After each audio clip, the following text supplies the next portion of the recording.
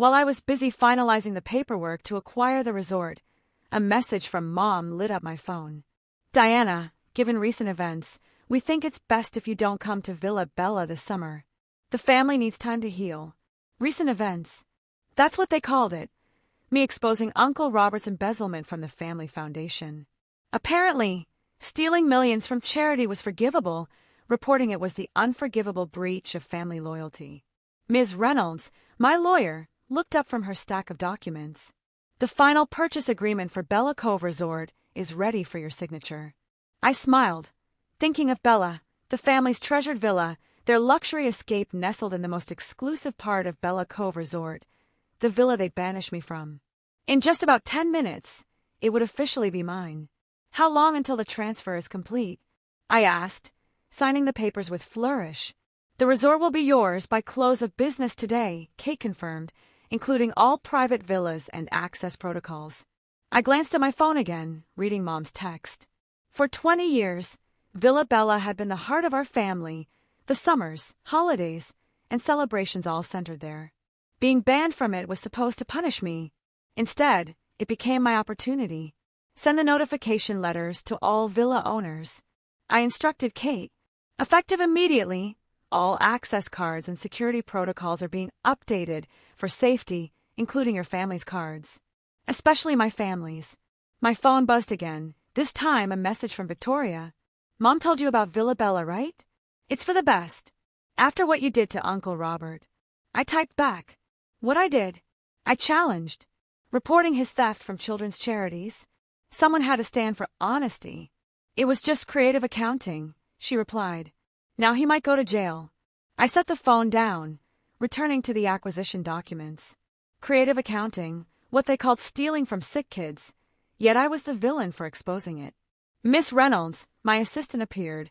The staff is ready for the ownership transition announcement. And your family has just arrived at Vibella for their summer stay. Perfect timing. I nodded. Begin updating security cards. Start with Vibella. Standing by my office window, I picture the scene about to unfold. Mom, Dad, Victoria, Uncle Robert arriving at their beloved villa, only to find their access cards no longer working. My phone rang. Dad, I let it go to voicemail. The notification letters have been sent, Kate said. They should receive them within the hour. I grabbed my bag. Get my jet ready. I think it's time I paid a visit to Bella Cove Resort. To see your family? Kate asked. No, I grinned. To see my property. Sometimes, being banned just means you need to buy it. And sometimes, family loyalty needs a lesson in consequences. I headed to the elevator, already imagining their faces when they realized who their new landlord was. Summer vacation was about to get very interesting. Oh, Kate, I called back. Make sure Uncle Robert's letter includes a reminder about the resort's zero-tolerance policy on financial fraud. It was time to show them what happens when you choose the wrong side of integrity and to remind them of just who they'd underestimated. The scene at Bella Cove Resort played out exactly as I envisioned. My family stood in the lobby, surrounded by their designer luggage, as staff tried to explain the situation. What do you mean our cards don't work? Dad demanded, his face turning that familiar shade of red. Do you know who we are? The manager replied calmly, having been briefed. And the new owner has instructed us to update all security protocols, no exceptions. New owner? Victoria shrieked. Since when does Bellico have a new owner? Right on cue, a staff member appeared with their notification letters. I watched from the mezzanine as they tore open the envelopes. Mom's face went pale as she read hers.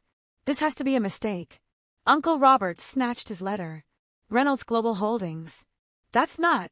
Looking for someone? I called down, making my entrance. They all looked up, recognition and horror dawning. Diana, Victoria whispered. You bought the resort. All of it.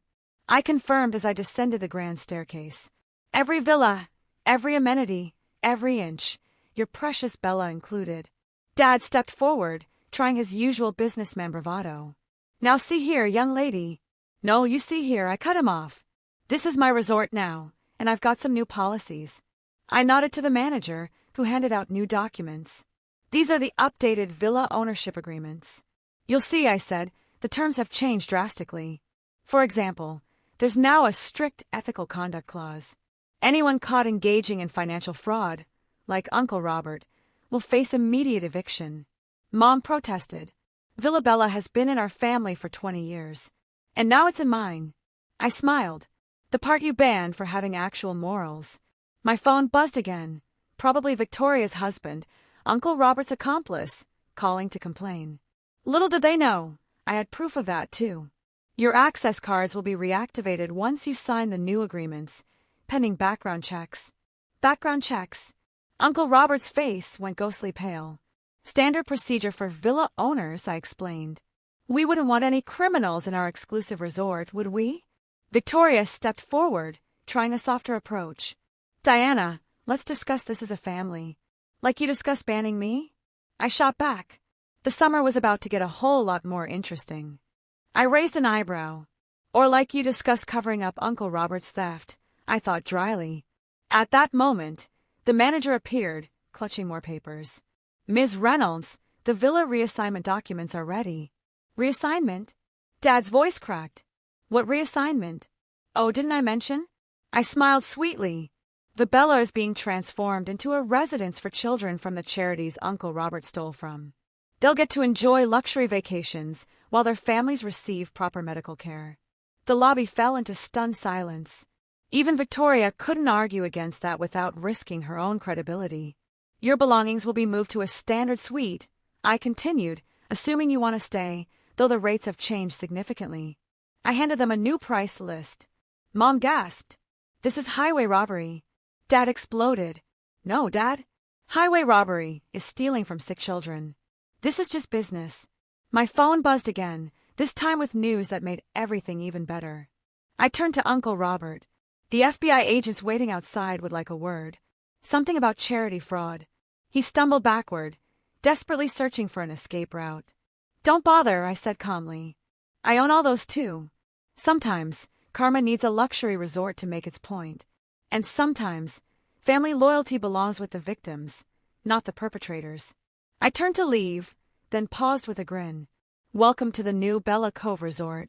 Do enjoy your stay, however brief it may be. Their faces were priceless, almost as priceless as the resort I'd bought just to teach them a lesson. Almost. A month later, I sat in my new office overlooking Bella Cove's pristine beach, reviewing the changes we'd implemented. Uncle Robert was under house arrest, awaiting trial. The first group of children from the affected charities had arrived at Villa Bella, their laughter echoing across the grounds. Miss Reynolds entered with the morning reports. Your sister Victoria is requesting another meeting, and your parents have sent their 6th appeal about the villa reassignment. How are they enjoying their new standard suite? I asked, already knowing the answer. They've complained about the size, the view, and that they can see children playing at Villa Bella from their balcony. I smiled. Good. Remind them that the weekly rate is due now, not monthly, like their old arrangement. My phone buzzed. A message from Victoria. This is cruel, Diana. Mom cried when she saw those kids playing in her garden. Her garden? I typed back. You mean the one she banned me from? The one paid for with stolen charity money.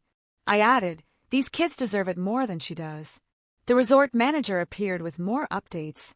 The charity fundraiser gala is confirmed for next weekend. Several major donors are attending specifically because of our new children's program. Perfect. I pulled up the guest list. Make sure my family receives invitations. Front row seats to see their beloved villa being used for real good. They might not be able to afford it, the manager noted. The new suite rates have stretched their budget. Funny how that works, I mused. Almost like karma charging rent. My phone rang again, Dad trying once more. I answered. Diana, he started, his tone lacking authority. We need to talk about this situation. Which one? I teased. The one where you banish me for exposing fraud, or the one where I turned your summer playground into a children's charity center. We can make a deal, he offered. Your uncle is willing to make restitution, only because he got caught. And now, I interrupted, you're all living with the consequences. After hanging up, I walked down to Villa Bella. The transformation was astonishing.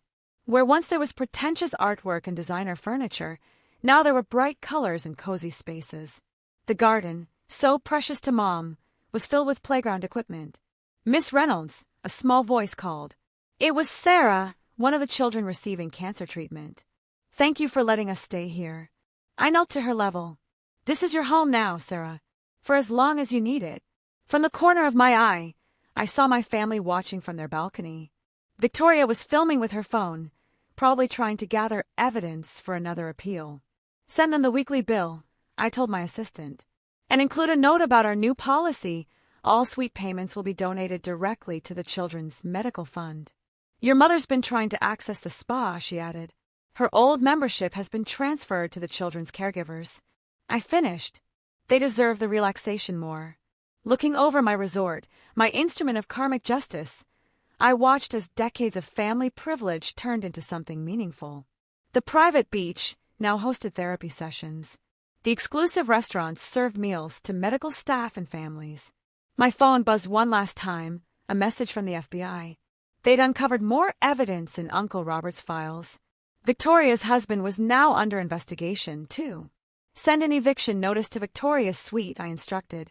Cite the ethical conduct clause, and have security ready when they arrive with her husband's arrest warrant. Sometimes, revenge isn't just about taking something away. It's about turning their own greed and corruption into the very thing they fought against. I walked back to my office, passing the new sign at the entrance. Bella Cove Children's Hope Center, where luxury meets love. Below it, in smaller letters,